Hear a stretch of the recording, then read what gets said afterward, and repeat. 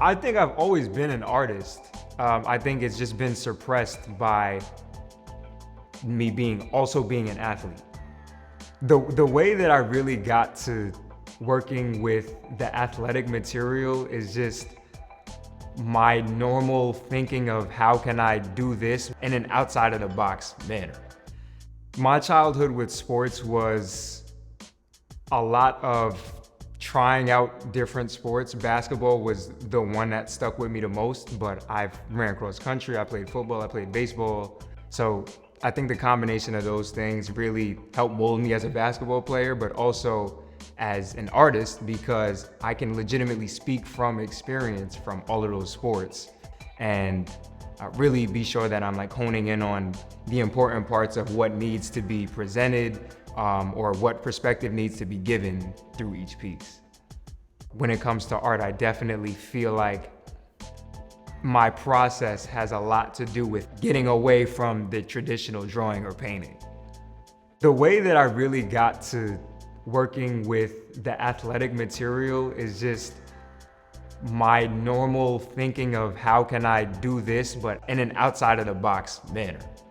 The range of materials that I normally use come from thinking about like, okay, what are the limits in which I can use a material to create with?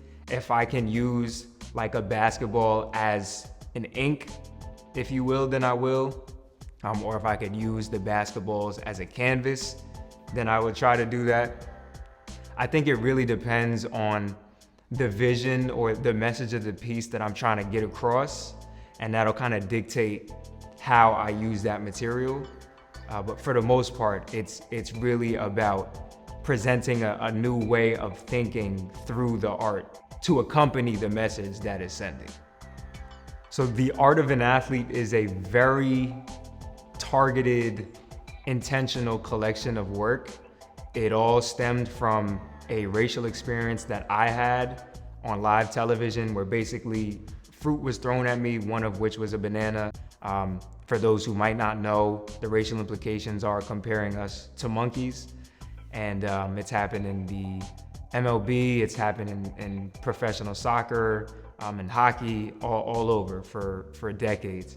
And so having been aware of that already, I already knew that this could really be an intentionally racist act. I never proclaimed that. I just knew at the very least it's extremely ignorant. You know, it was an experience that really bothered me. And so when I finally decided to publicly speak out about it, I was met with a ton of backlash. I got death threats from people in Alabama. A bunch of people were sending me messages on social media.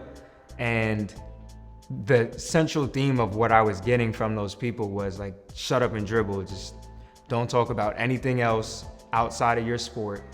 And this was also at the same time of when George Floyd was just killed.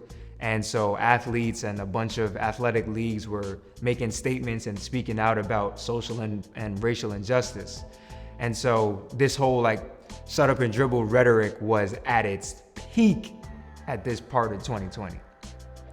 And so I think the combination of me witnessing that and experiencing it firsthand was more than enough to throw me over the top and be like, okay, I'm gonna tap into this whole nother avenue of expression, the art, and continue to communicate these important messages through my art. So this collection highlights athletes from the past and the present who use their platform to speak out against social and racial injustice. So in the future, I definitely see myself as an artist similar to the effect of like an Ernie Barnes, in the sense that I have been able to make significant contributions in the world of sports, but also in the world of arts. I'm definitely gonna create until I physically can't create anymore. I definitely would like to have dozens, if not hundreds of more exhibitions, especially as I get older and I continue to work with new material and develop new processes. I also wanna be sure that people don't mistake me for just being a sports artist. I'm definitely more than that.